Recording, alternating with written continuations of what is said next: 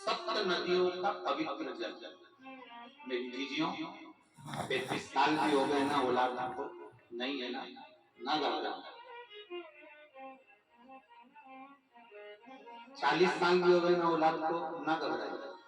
अब जब तुम्हारे यहाँ संतान नहीं है ना, तो एक नियम बनाना कि मुझे 5 पंडाल में पहुंचना है और 5 पंडाल में पहुंचकर वहां पर से मुझे 5 जगह की 5 कथा के पंडाल की मुझे बेलपत्र चाहिए। आप नियम बना, उसके दरवाजे पर जाने का नियम बना। अब जब औलाद नहीं है तो एक प्रयास तुम भी करो, अपने पति से कहकर मुझे कथा में जाना है, 5 पंडाल में बैठकर कथा सुनूंगी। कोई वीआईपी ट्रीटमेंट नहीं, जमीन तक पंडाल में जहां जगह मिलेगी वहां सोऊंगी, जो भी इच्छा देकर चले गया वो पालूंगी और जैसी व्यवस्था होगी उसमें रहकर मुझे 7 दिन 5 दिन की कथा सुनूंगी। 5 पंडाल।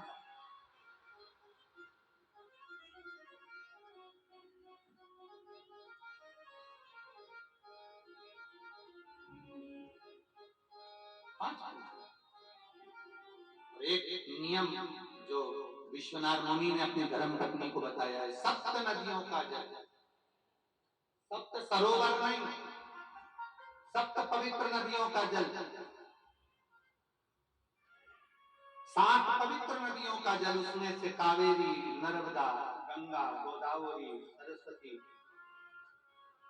जितनी ये सप्त नदियों की पवित्रता है, मंदाकिनी, नर्मदा, गंगा आदि, यमुना, सप्त नदियों का जल है।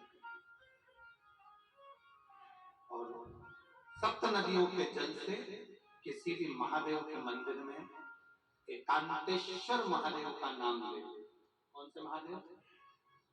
हमने पहले कथा में कहा है, कई बार एकांतेश्वर महादेव की कथा भी सुनी आप लोगों ने। एकांतेश्वर महादेव का हमने वर्णन किया है। जिस दिन तुम्हें लगे कि मेरा यह काम होना चाहिए, उस दिन एकांतेश्वर महादेव के पास जाकर बैठे।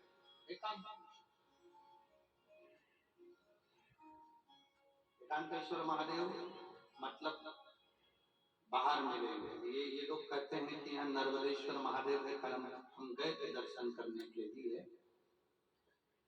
इनका कहना है कि ये नर्मदेश्वर महादेव है, और हमारा जो स्पर्श मात्र से हम जो समझते हैं, हमने ये जाना है कि ये जो धारा है, ये जो भूमि है तारा बाबा की जो कुटिया है, ये शहर से दूर होना चाहिए।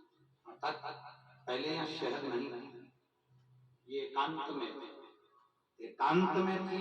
तो यहाँ जो तारा बाबा आराधना करते थे शंकर की, वो शंकर साधारण नहीं होगा, वो एकांतेश्वर महादेव भी कर रहा है।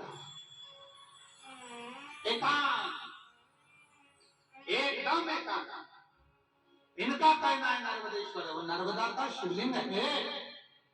शिवलिंग कहीं का भी हो सकता है, पर उसकी एकांतता देखी जाती है, एकदम मौन स्थिर।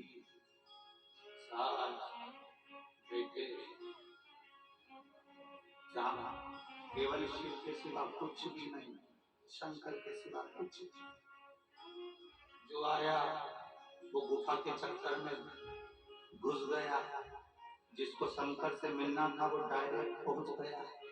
उसे गुफा से मतलब ही नहीं रहा, उसे तो एकांतेश्वर से मतलब था। पहुंचा, बैठा, जल चढ़ाया, स्पर्श किया और चल बाबा से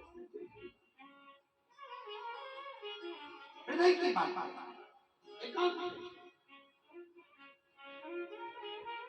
सप्त नदियों का जल रखकर सप्त बेलपत्र के ऊपर, सप्त नदियों का जल, एक बेलपत्र ली, उसके ऊपर एक कटोरी में, बाटी में, एक पात्र में एक नदी का जल, दूसरी बेलपत्र ली, दूसरी कटोरी में फिर जल, फिर तीसरी में बाबा की आराधना कर, शिव से विनती कर, भगवान शंकर के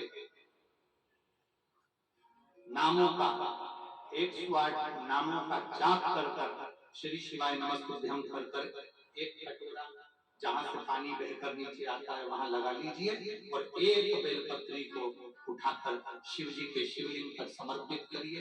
समर्पित करते समय डंडी का मुख अशोक सुंदरी की ओर हो। अशोक सुंदरी का जगह मालूम है सबको? सबको मालूम है ना? अशोक सुंदरी की ओर मुख अशोक सुंदरी भी समझ ना करेंगे। ये शिवलिंग जलाधारी, ये जल बह रहा है नीचे सामने से, स्थान गणेश जी का, कार्तिकेय जी का, बीच में एक मोटी सी लाइन होती है, वो अशोक सुंदरी का स्थान। शिवलिंग ये जलाधारी माता पार्वती जी का हस्तकमल, शंकर जी के ऊपर जो जलधारी रखी रहती है ऊपर, जिसमें से एक एक बूंद नीचे गिरती है, वो शंकर भगवान की 5 लड़कियां हैं, जया, विषहरा, शामली वाली, दौतली, देव। शंकर जी की 5 लड़कियां शिव जी के ऊपर एक एक बूंद पानी गिराती रहती हैं। शंकर भगवान की कुल कितनी लड़कियां हैं? 6।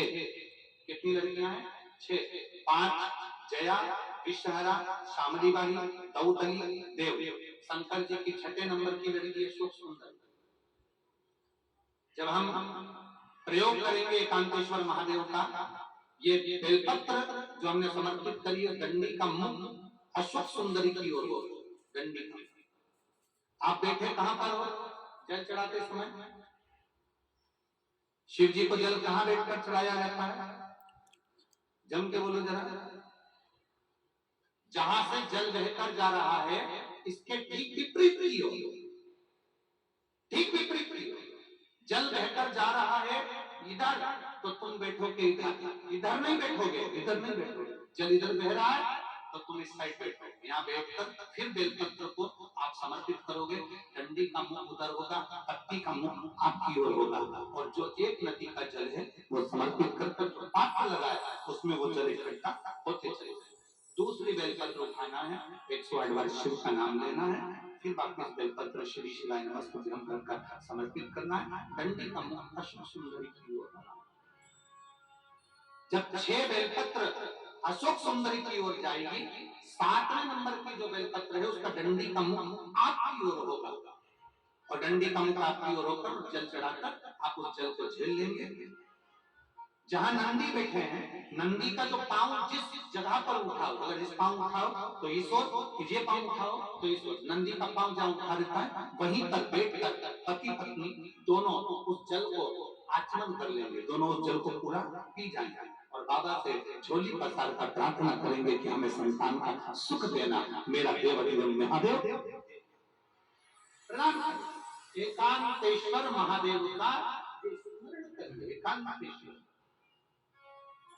पहुंच गए विश्वनाथ मुनि अपनी धर्म पत्नी को लेकर एकांत में।